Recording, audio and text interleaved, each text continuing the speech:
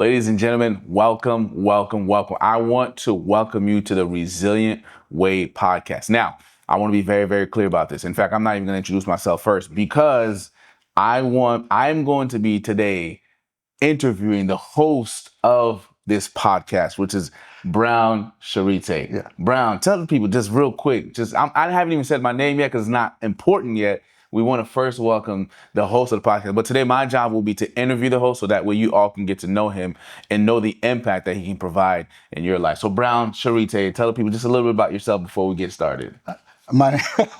Ralph, thank you so much, man. I really appreciate you doing this. I know this is a little bit unorthodox, Yeah. right? Because I'm the host of the show, but I'm actually being interviewed by Ralph. And we wanted to do this as a way to introduce me to the audience. And so you're gonna hear my story. Ralph is an amazing interviewer. And as we go along with the story, you're gonna know exactly who I am before we finish it up today. Awesome, wonderful. Yeah. I'm so much looking forward to all of this. So, with that being said, now that we've introduced the official host of the Resilient Way podcast, now I can tell you who I am. My name is Ralph Jean-Pierre, and I'm a leadership development facilitator and consultant. And today, I just have the honor of sitting down with Brown and bring to you his story. And as we were having conversations, the thing that really resonated with me is we talk about this Apollo 13. For those of you that are not familiar with it, it's this trip that was launched and it was supposed to go to the moon. But along the way, many different things happened. And what we want to talk to Brown about today is, you know, we see you now, Brown, you're traveling, you're speaking, you're doing coaching, you're doing all these different things. Yeah. But people oftentimes don't see all the things that happened before then. Yeah. Right. So just like Apollo 13, people didn't see the planning. People didn't see the launch. A lot of people are not even familiar with the failures that happened along the way. All they saw was the reentry and they clap and they applaud. Just like in your story, they'll see those stories now on Facebook and on Instagram and they'll applaud for you, the likes and all these different things. But they never saw the planning. They never saw the launch. The backstory. And they never saw the backstory, or they never saw what some would label as the failure. Yeah. So today we want to give you an opportunity to share that with us, but then help us too who are in that planning phase, or in that launching phase, or in that quote unquote failure phase, and we want to get the reentry. How did you get to it? But first, let's start with the launch. Yeah. So the Apollo 13 is really, really like significant for me because you probably know I went through a 3.5-year divorce. I was with my ex-wife now. We were together for about 22 years, married for 17, together for 5 before that. We grew an amazing business together in the Tampa Bay area. Started from a mobile home to almost an acre waterfront property between 3 buildings, 6,500 square feet, 42 employees, doing over 750 weddings a year. So we were pretty big inside of the beauty industry. And life was good. life was good, man. I think things were really moving for us. We were always in growth mode. And then I believe it was after COVID 2020. We found ourselves going through a divorce, and that was hard. That was hard for me. On so many different levels.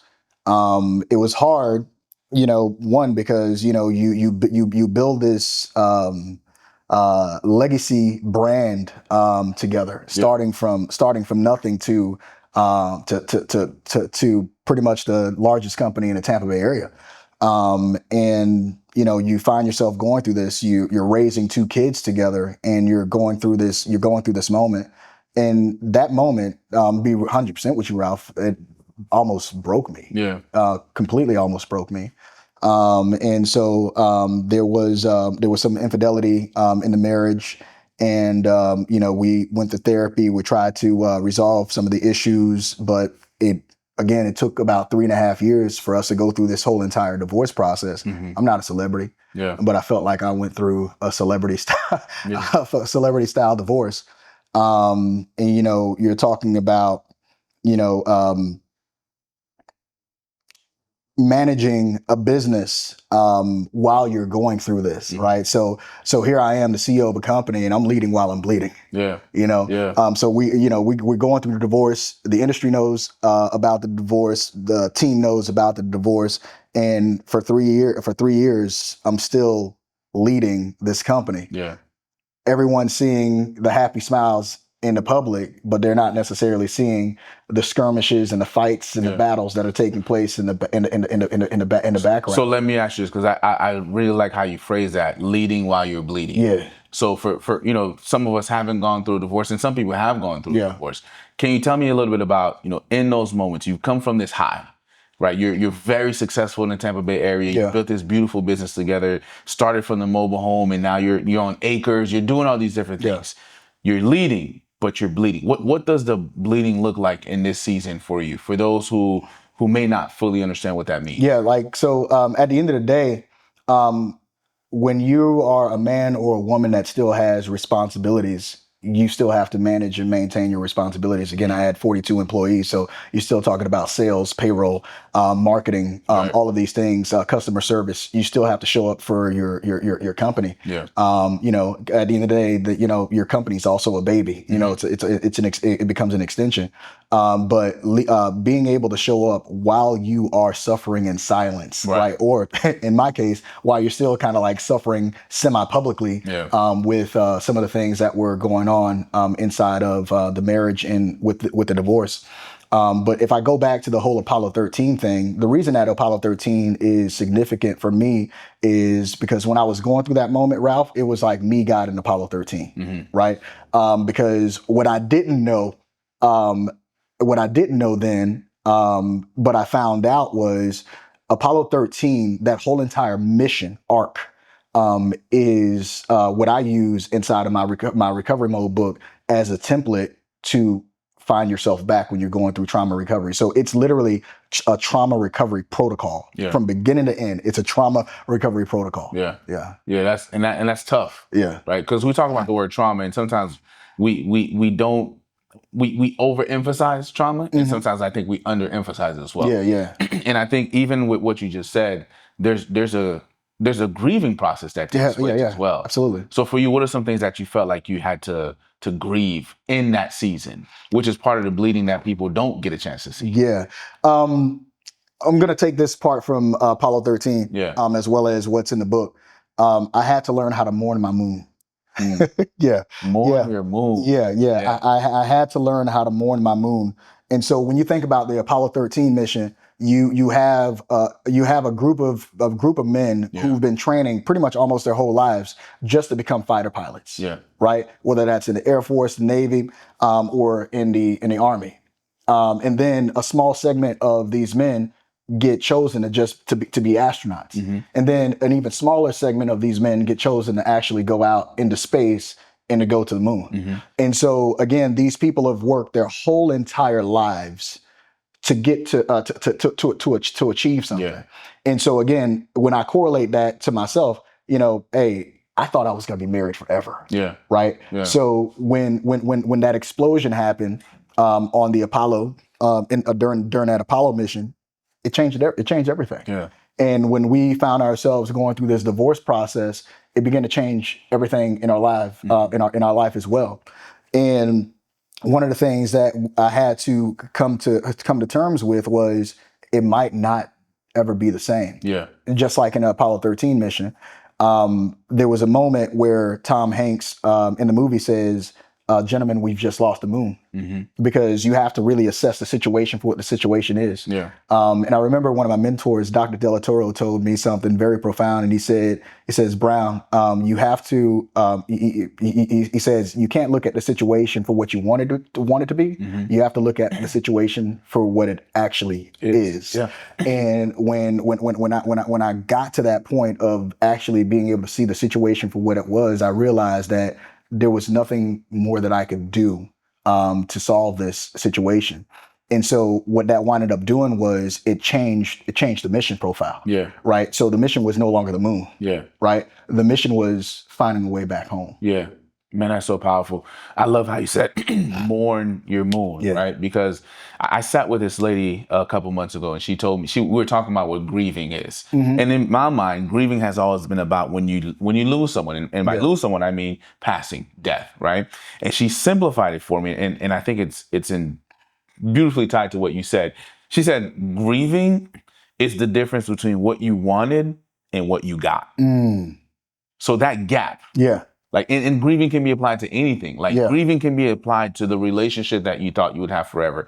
Grieving can be applied to the job that you thought you would have forever. So Yeah. when you lose what you thought you would always have compared to what you actually have, that gap, she called it grieving. Mm-hmm. So for those of us who we are in the process of mourning our moon, but we don't know how to, Brown, I believe you came up with something incredibly powerful for the people. Walk us through your framework of how do we get back to because some of us, we get stuck in mourning. Yeah. Some of us, we won't allow ourselves to not have the moon. Mm-hmm.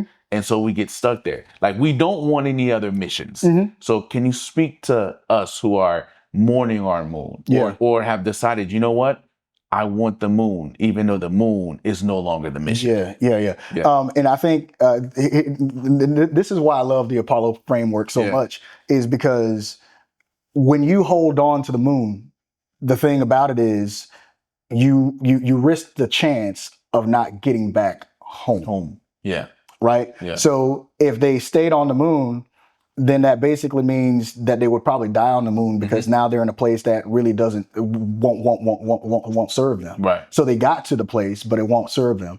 So when you go to that point and you're beginning to mourn the moon, you got to let you have to allow yourself to feel and go through and go through the emotions. Yeah. But one thing that I'll tell you is this, that mourning is not something that you ever want to do alone. Right? Mourning is actually a team sport. A lot of times when people are trying to heal, or mourn, they try to do this stuff alone in the West. But when you think about Eastern philosophy and things like that, what you realize is that mourning was always a corporate thing.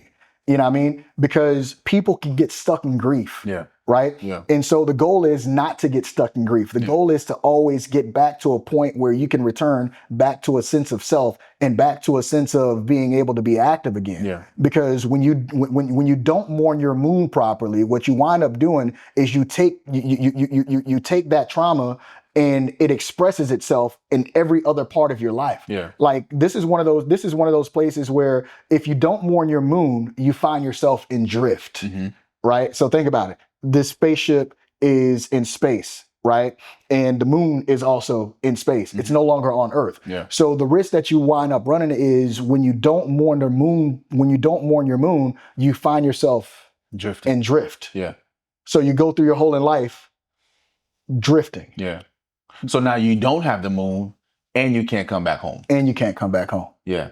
Double whammy. Yeah. I love that. Yeah. I love that. And we don't want to get stuck Yeah. in drift. You don't want to get stuck in So you talk about mourning being a corporate process, something that we don't do alone. Yeah. What if I say to you, Brown, I can't trust nobody with my feelings. I can't trust anybody with that process. Yeah. I don't, I don't know if I want to do this alone or not, but I feel like that's the only choice I got. Can I tell you something, Ralph? Help me out. You can't trust yourself with that process. you can't trust yourself with that process. Yeah. I remember when I was going through this moment, and it happened quickly because I'm a man of faith, right? And so I was just praying to God, and I was like, God, like I need you. Yeah. Right. Because obviously this is something that happened in my life that I've never experienced on a level that I've never experienced, because there was a lot of things collapsing. My family was collapsing. You know what I'm saying? My finances were collapsing. You don't even want to know how much money I spent on a divorce. But, right. We might want to know, but we're not right. You can, you know what I'm saying? But, financial collapse and, relationship collapse. Yeah. And it's not just with the person that you were with. When I think that's when people get divorced, it's not them just getting divorced. Right. Yeah. Friendship groups that you had mutually get divorced. Yeah. Family relationships that you used to have get divorced. Yeah. You know what I'm saying? Sometimes the children that you have together get divorced. Like there's so divorce is one of the only life events that happens that can literally walk a man or a woman to all 18 known mental health issues. Yeah. Yeah. Do you understand the weight of? Do you understand the weight of that? The magnitude of that? It's big, man. And so when we look at this situation, you can't deal with this situation by yourself. Yeah. So when I was asking God these questions, because the situation it was Ralph, it was heavy. He gave me an example. And the example that he gave me was this. In the book, it's called Healing Starts at First Touch. So I wasn't looking to, after he showed me this, I wasn't looking forward to healing after everything was done, because I didn't know it was going to take 3.5 years. Yeah. Right. And so he showed me this example. He said, Brown, imagine you are in a mall, and someone comes into the mall, and the mall is full. And all of a sudden you start hearing gunshots. What do you naturally do, Ralph? Run. You run. Yeah. Right? But what happens when you realize that you were the one that got shot?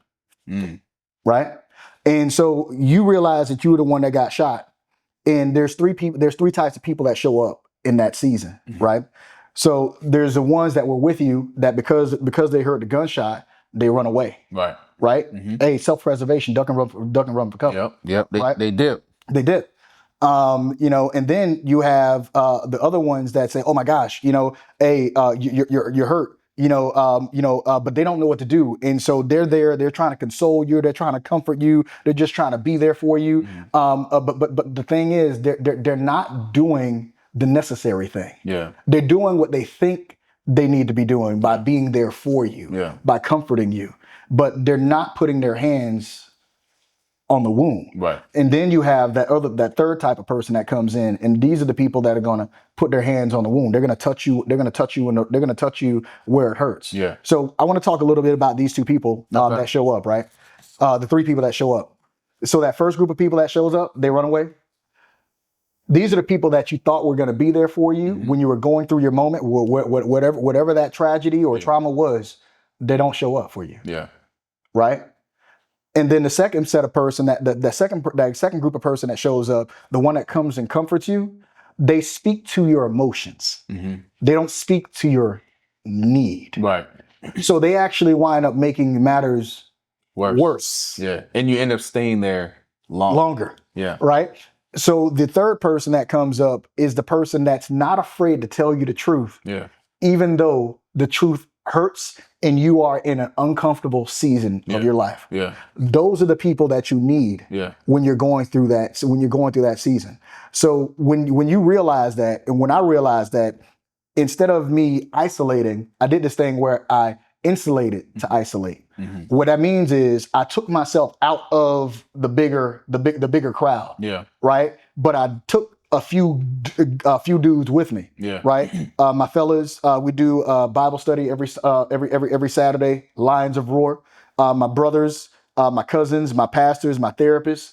All of these people I chose to have inside of this season with me. And so when we think about Apollo 13, this is mission control. These are the people that are inside of mission control. Yeah. And when you realize who's in mission control, you know that everybody ain't in mission control. Yeah.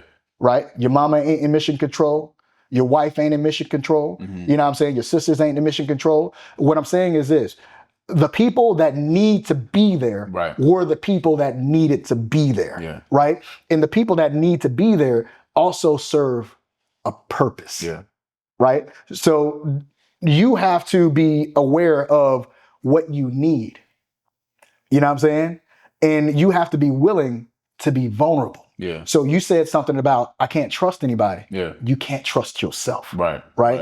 Because emotions are tricky. Yeah. Right. So you have to be willing to be vulnerable to somebody. Yeah. You know what I'm saying? People ain't perfect. Nobody's perfect.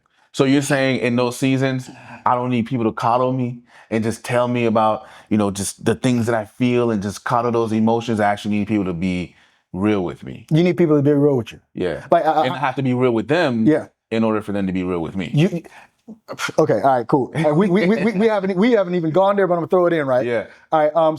So I developed this framework called TRP. Yeah. Tell us about TRP. And and the reason I developed this framework called TRP, because I'm gonna tell you what, man.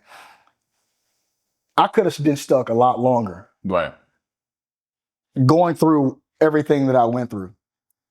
And a lot of people would have been like, "Hey, I understand why why he's that. Yeah. He used to be this. Yeah. He used to be that. I understand. Yeah. You know I what I'm get saying? I'd have done the same. Yeah, you know what I'm saying? Man done took on almost $1 million in debt just to get, man just did this and lost his family, lost this a lot. So people would be like, I understand. Yeah. Right. So here's the thing.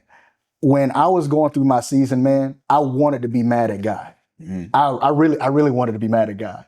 But then when I realized that Jesus went through recovery mode first, I was like, yo, this is crazy. Yeah. Right.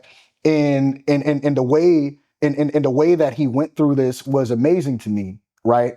So I'm not going to give you everything about Jesus. Right. But here's the thing. God, the designer of the universe, Mm-hmm. chose for his son to be born in a manger. I'll let that sit in. Mm-hmm. Right, we're in Christmas season, right? Mm-hmm. You see all the manger scenes taking place all over. They're very sanitized. Yeah. Right. They're very sanitized. Yeah. Like, I'm not sure if you've been on a farm before, if you rode horses. I took my son horseback riding the other day. It's not clean. It ain't clean. It doesn't smell good. It didn't smell good. You see what I'm saying? And so this is what I want you to understand. Like, God intentionally put his son there. Yeah. Right. And so I was able to begin to relate with them. Because what I realized is that Jesus was Annie. It was a hard not life for him too. Mm-hmm. Yeah. He's saying, and so just because Jesus is Jesus doesn't mean that he didn't go through anything. Yeah. And so when I started looking at all the things that he went through, the betrayal, Mm-hmm. right? People lying on him, mocking him, Yeah. accusing him of things that he didn't do, Mm-hmm. dying for a crime that he didn't even commit. Yeah. I was like, my God, thank you. That honestly, that relation, me being able to relate that and frame that in my own life, allowed me to take a lot of pressure off myself. Yeah. Man, I just hope you guys realize how much we're getting from Brown. And this is just like an intro. and this is wonderful. And two things that really stuck out to me is when Brown said you have to mourn your moon. So I want you guys to really remember that. You have to mourn your moon, because your moon might not be a marriage that lasts forever. Your moon might be a dream job. It might be a career. It could be a number of different things. But there's times in our lives where the thing that we expected and the thing that we got are not the same. Mm-hmm. And there's times where there's times where we work at something because that's what we're supposed to do. But there's times where we have to let having to let certain things go. Mm-hmm. And so we need to understand when that time comes, how do you mourn your moon? And the other thing that I took away that Brown said was we have to make sure that we mourn in community. Yeah. It's a corporate thing. Corporate thing. Like, it's easy for us to just say, well, I can't trust nobody. I can't do this. But no, what we should be doing is finding the people that we can trust. I'll never forget when one of my coaches, Dr. Eric Thomas, ET, the hip hop preacher. One time I was on a call and I was like, I just feel like I'm in a season of life of I don't want to do life with people. I can't trust nobody. How do I move? And he goes, and I was telling him that I just feel like I need to trust people less. That's what I told him. I said, I need to trust people less. Yeah. And he says, No. You don't need to trust people less. You just need to be around more trustworthy people. Come on now. I love it. And when he said that to me, it just unlocked something in me. Like, oh man, this plan that I had to move away from people is not a good plan. Mm-hmm. Like, this thing of like grieving alone, isolation is not a good plan. Mm-mm. And it's beautifully connected to what you said, Brown. Mm-hmm. I just need to be around more trustworthy people. I need to be mindful of the three people you talked about at the call. Yeah. The person that they run away when things go wrong. Mm-hmm. The people that stick around, but they appeal and they speak to my emotions and not my needs. Mm-hmm. And then how do I find more of those people who truly stick around, but they tell me what I need as opposed to what I want. Yeah. I love that. Yeah. So there's this thing that you talk about, man, because again, we got to see when those opportunities show up, right? Because if we don't, then we miss out. And so, Brown, you created something beautiful for us to not miss out. And you like to call it, I'm gonna let you explain it. You like to call it woo season. The woo season. Now, some people may not know what woo season is, but for those who don't know, Brown, tell us about woo season. Yeah. Woo season, window of opportunity season. Window of opportunity. Woo seasons, window of opportunity seasons. That's exactly what it is. Everyone in life has woo seasons. The question is, do you take advantage of it? Yeah. The question is, why aren't you taking advantage of it? The question is, what happened to you that you couldn't take advantage of it? Yeah. Because the windows, they open and they close. Yeah. So those opportunities, they come and then they go. Yeah. Right. And one of the things that I say is that opportunities don't go away. They just go to others. That's facts. Right. And so we're talking about, all of these things, relating to trauma, things like that. Personal problems affect professional performance. Yeah. Right. And so a personal problem can be a reason why you don't step into a woo season or why a woo season is delayed. Yeah. Right. And so when we get a little bit deeper into a woo season, have you ever had an idea that you were like, man, this would be an amazing idea? All the time. But then you never walked on that idea. Yeah, all the time. Right. And then all of a sudden, 5 years later, somebody else. not even 1 year later. Yeah. Right. So you still had 4 years to make it happen. But 5 years later, somebody else came out with that same idea. Yeah. And then I go, man, that's the thing I was thinking. That's the thing that I wanted to do. A woo season. Yeah. So that was a window of opportunity that you missed out on. And so how often, now the question is, how often does that happen? Yeah. Yeah. Right? Because sometimes people have multiple woo seasons that just close. They never take advantage of any of the woo seasons that come their way. And then that just compiles and that begins to cause a lot of resentment and a lot of regret inside themselves. Which I think delays even more woo seasons. Yeah. Right? Because as another season comes up, I go back to, well, I'm not equipped or I'm not capable or I just don't feel built for this. So Brown, I want you to talk to the person who says, look, man, I had this great idea, right? But I didn't have all the things that I needed to make it happen. Like I didn't have all the resources. I didn't have all the money. I didn't have all the people. Talk to that person. All right. They're in their woo season, but they have reasons and excuses and all these different things why they're not taking it. So the moment is the moment before the moment, right? Now you got you got to say that one more time so we can capture it. The moment is the moment before the moment. Before the moment. So a lot of people are trying to get into the woo season when the window opens, but they don't realize that the woo season actually, you need to be prepared for the woo season before the window opens. Yeah. Right. Yeah. So again, people say, "Hey, I don't have the money. Okay, I don't have the resources." But do you have the idea? Right. Can you see the beginning, middle, and end? Can you pitch it? Okay, I'll say it again.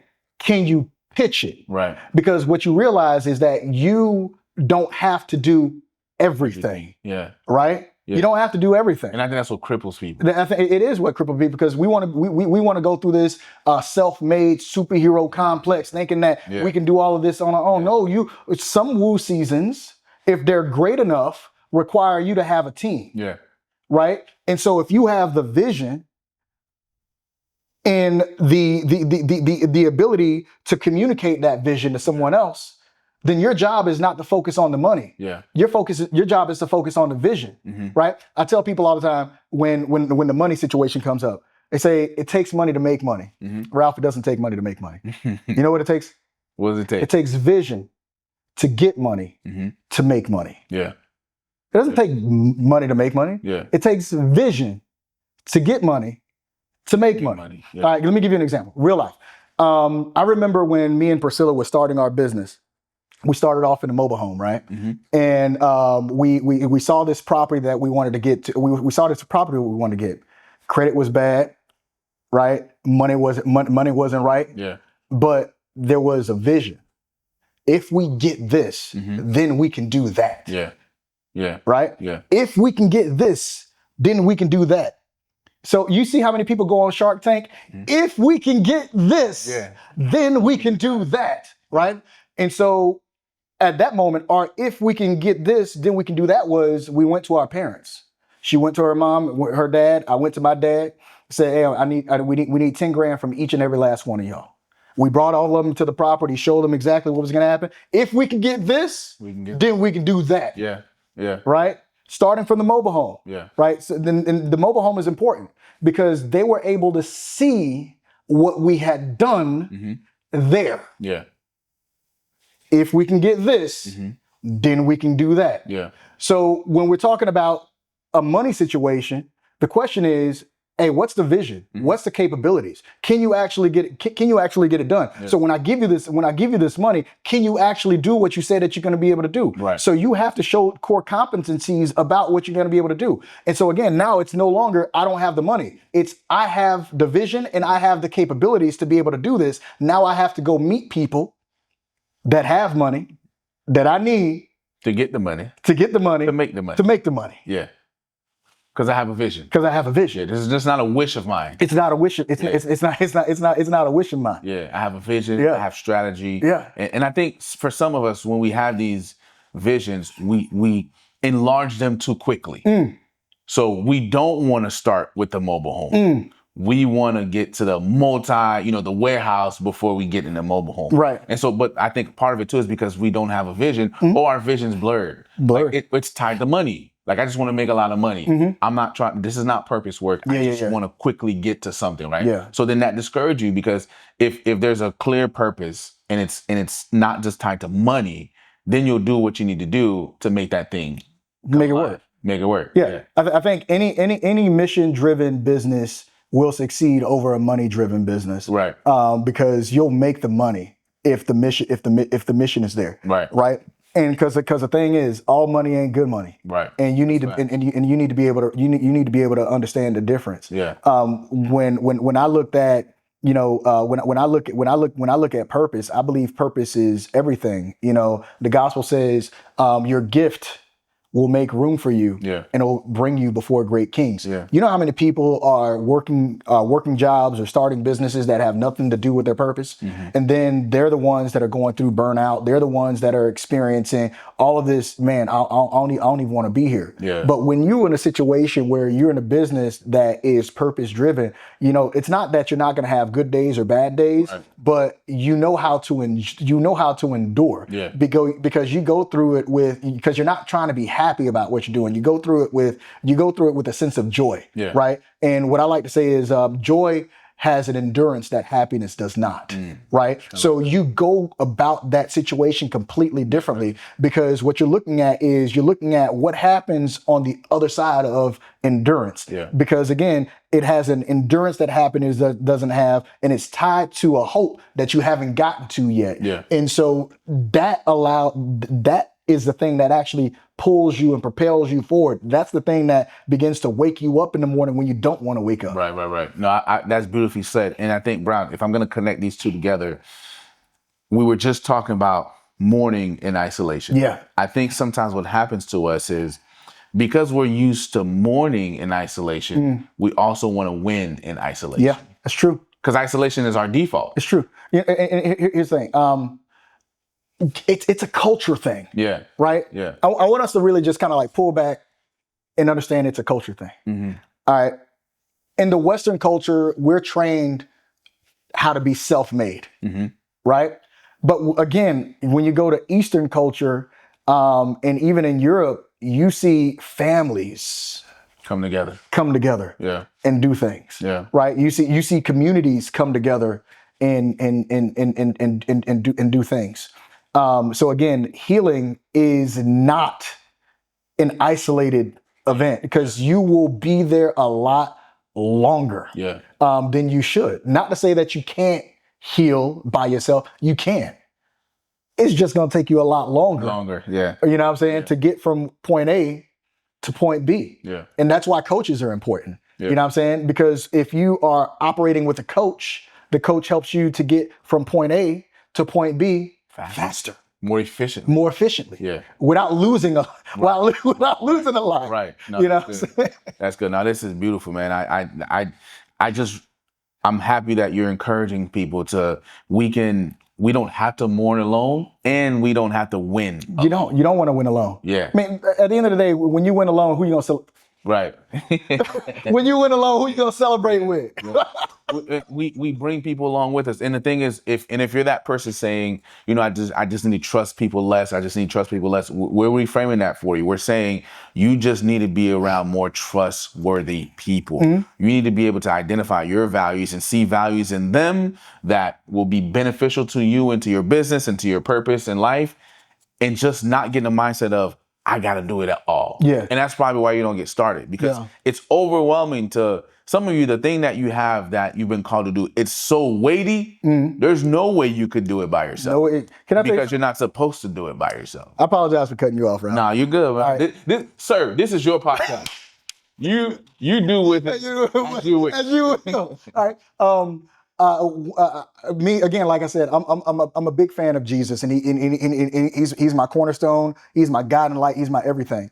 And I was working on a project called Jesus as an Entrepreneur, and one of the things that I realized in that is that, you know, when you slow it down, slow burn, and you think about Jesus as a business owner, all right, and you think about this gospel as the business, you realize that this gospel, that his business has been going on over 2,000 years since he left.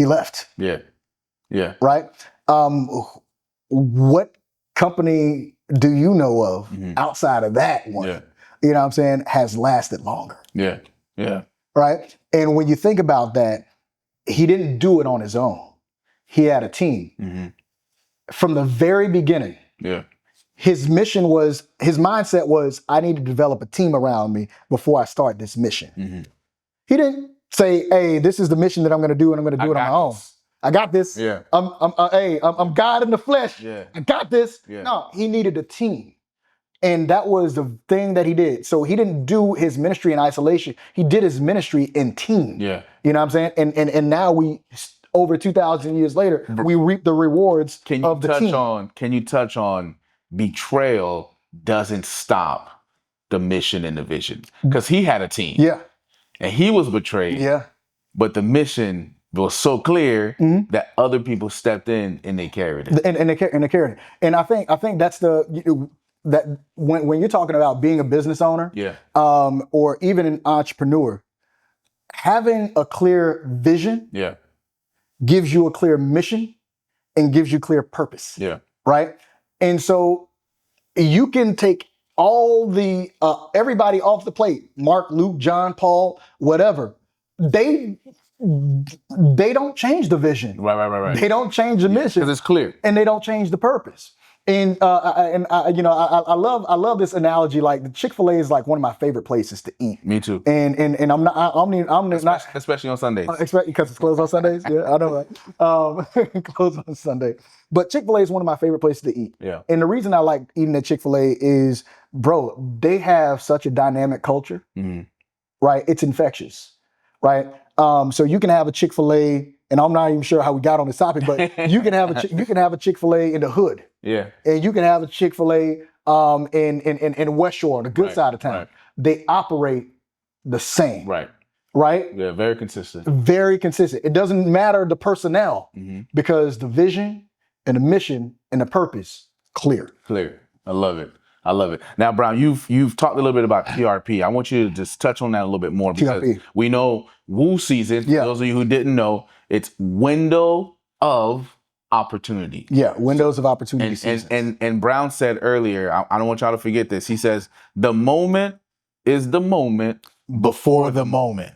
And then he reminded us that some of these things that we're going to do, we can't do it alone. We're not supposed to do it alone. So tell me a little bit about TRP, because, you know, I feel like Apollo 13 is part of it is your life.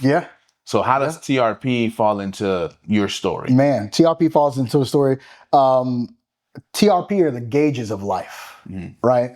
And so I remember when I was going through this, and I'm writing the books, and the Holy Spirit just hit me up one day And I was like, oh my gosh, why am I trying to do this thing differently? And I was like, I just need to model Jesus. And so I go back and I'm flipping through this, I'm flipping through the pages, and then I started studying what Jesus did before he started his ministry. Yeah. And all of a sudden I'm looking at this real hard. I'm like, oh my gosh, this is what I'm supposed to be doing, right? And so TRP, right? The resilience protocol. This is sometimes when you're talking about what you're going through, you need to be able to name what you're going through, and then you need to be able to identify where you are. Yeah. Right. So TRP allows you to name it. Yeah, name and identify where you are. Identify where you are. So TRP allows you to identify where you are. Right. And so beautiful. So TRP is this. It says, I believe it's in Luke. It says Jesus did 4 things before he started his ministry. There was actually 5 things that he did. Right. I'm gonna give you the 5th one. The first thing that he did was he found favor with God. Right. And finding favor with God is really, really important, right? Because in God is where you get your vision, your mission, and your purpose and your identity. Yeah. Right. Yeah. And that relationship is important. And then it says he found favor with man. Right. What I want us to understand is that whenever we go through a traumatic event, the very, very first thing that it touches is our identity. Right? Yep. That's the first gauge Yeah. that a trauma, I don't care what it is, financial trauma, marital trauma, somebody died in your family trauma, whatever that trauma is, it hits at identity first. Was I good enough? Am I good enough? Why did this happen? All of this stuff hits at identity, and it hits it. There's a lot more that goes into finding favor with God. It hits at separating you from God. Right. And then you go into finding favor with man. Right. How you show up with people. Yeah. Know, like, and trust. You know what I'm saying? Reputation. All of that, who you are to them. Right.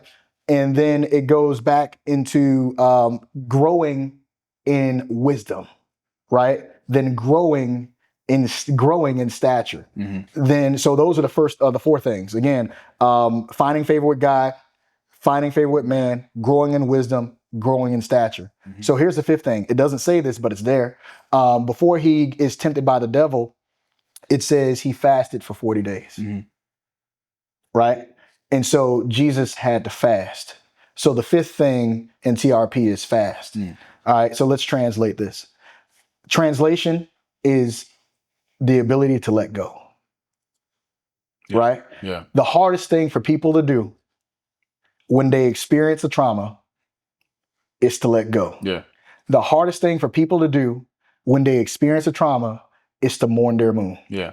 The hardest thing for people to do when they experience a trauma is for them to forgive. Yeah. Right? And that is one of the things that is a must, right? Because forgiveness is not for the other person. Forgiveness is for you. For you. Yeah. You know what I'm saying? The ability to let go is not for the other person. That's for you. Right. You know what I'm saying? Because you still got so much life to live, right? Let me introduce you to something though. What's special about TRP though is this.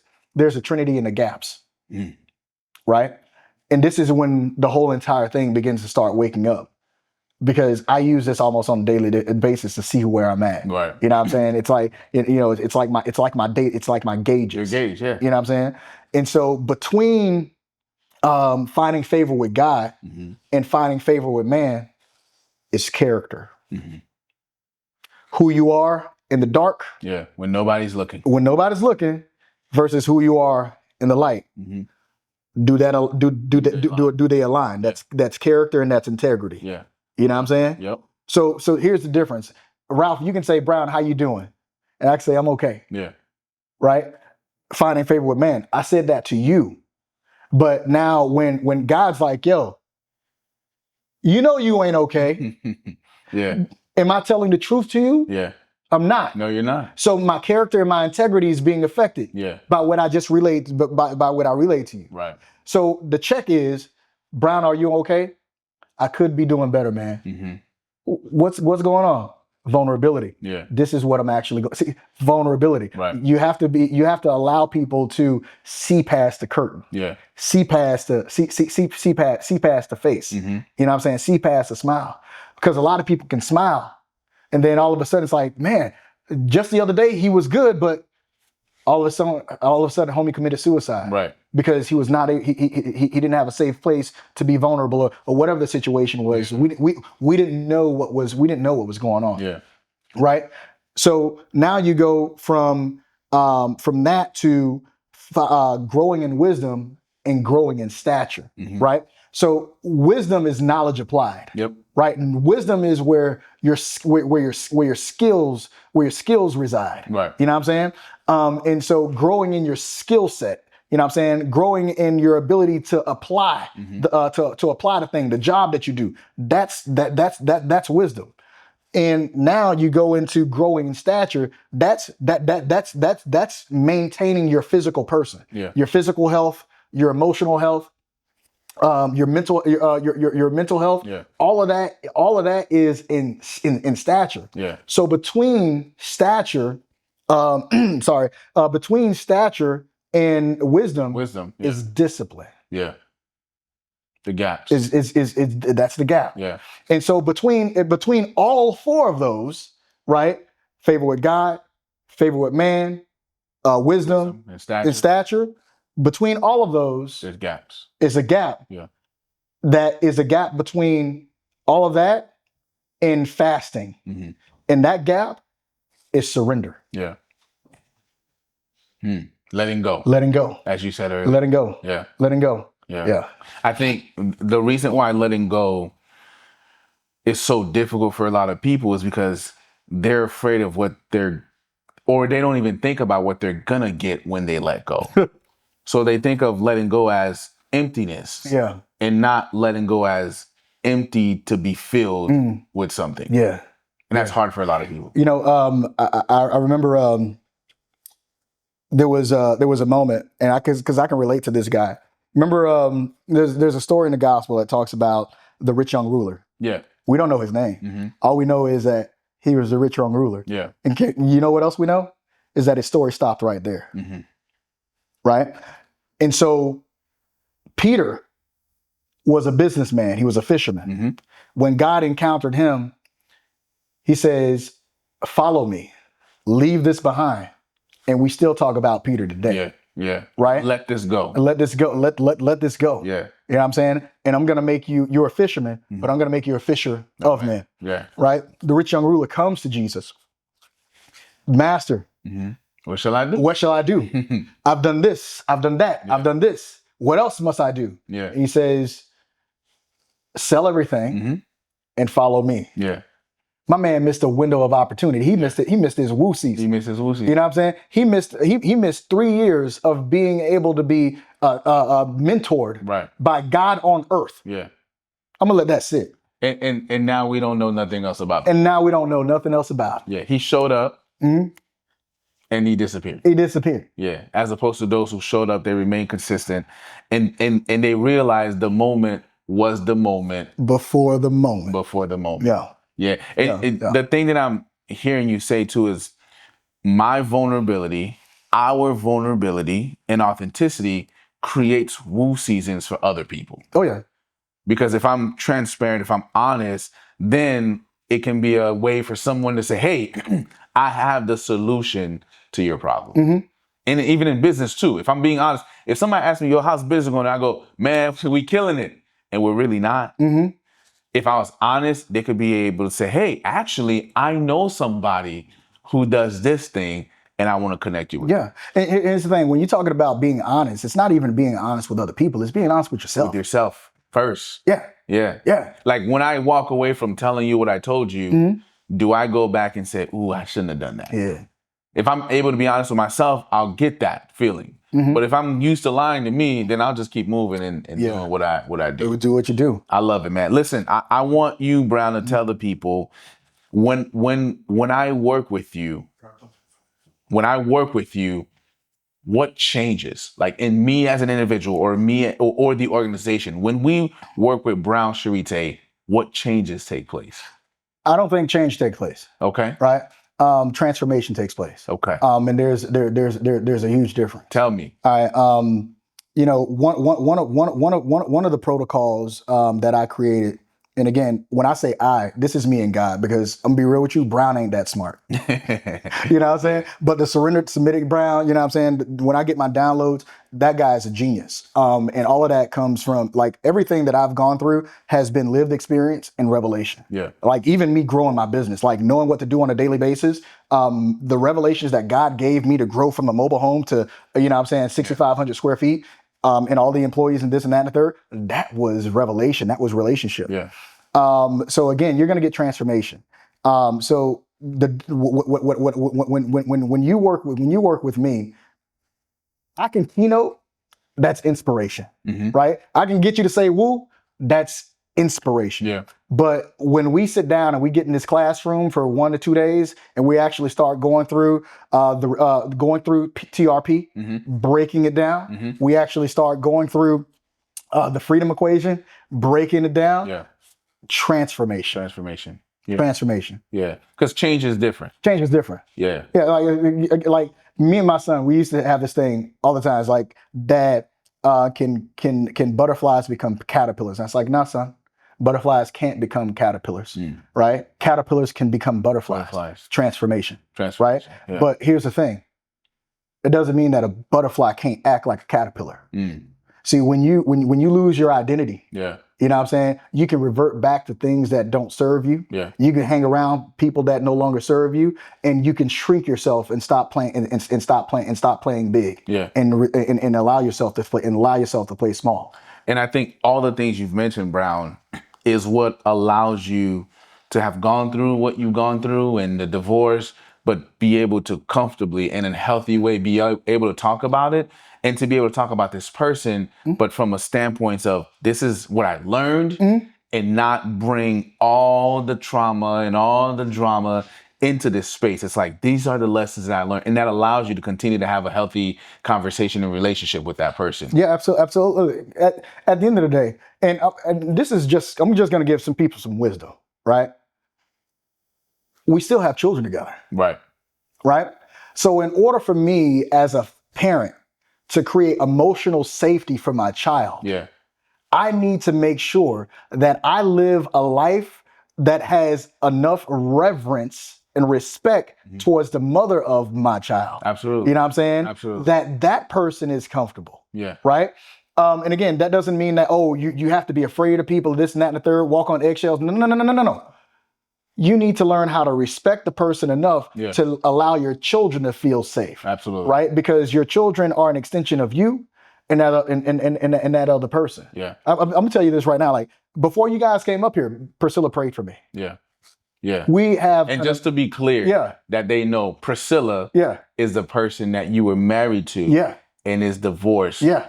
And now you were on the phone with her and she's praying for you before you get ready to have this conversation. Yeah. And I can bring her on the podcast and she'll tell you that even as we were going through our divorce, I was praying for her. Yeah. You know what I'm saying? And I think you can do that now because you properly and it helps. No. More. I did it then. I did it while I was going through the process. Yeah. Bro, I did some crazy things, and I know we're going to be wrapping up. I fed my enemy in the middle of my divorce. My son would go over to her house and I would send a care package. Hey, here's for you and your mom. Like, I did unorthodox things to make sure that person know that, look, even though we are not together, I still love you. The level of love is completely different, but that level of love protects my son. Yeah, I love that. So Brown, in it with this, in Apollo 13, if they had stuck with, hey, we got to make it to the moon, their legacy would have been different. So once the mission changed, they had to make some changes. And now we can talk about the re-entry of Apollo 13. Yeah. So let's land it with this. Brown, what is your legacy? What do you want to be said about you? Man, that's an amazing question. I've built businesses. I've helped women out of situations and help people to get into financial freedoms through building different businesses. But now I'm at a place in my life where I need to let my purpose speak, right? And so I'm at this place in my life where I want to live my purpose out. And that's me helping people to heal. Yeah. Not only heal, but also to attach themselves back to purpose. Yeah. Quicker. Right. So when it comes to being able to help organizations and corporations and even high achieving individuals to move from point A to point B, I'm the resilience specialist. Yeah. I come in and I help them to overcome whatever trauma, whatever shaking or stirrings have happened in the company to get back on track. The same thing with the individual high achieving high achiever. I go in and I help you to get back to your home so you can start over again. Listen, if you want to get back home, if you want to connect with somebody that can reconnect with you, your identity, then Brown Charité is the person for you. Ladies and gentlemen, this has been the Resilient Way podcast. And again, I present to you the story of Brown Charité. It was a Thank you, boss. It was a pleasure. Appreciate Thank y'all you, man. for tuning in. Thank you. Brown. Yeah.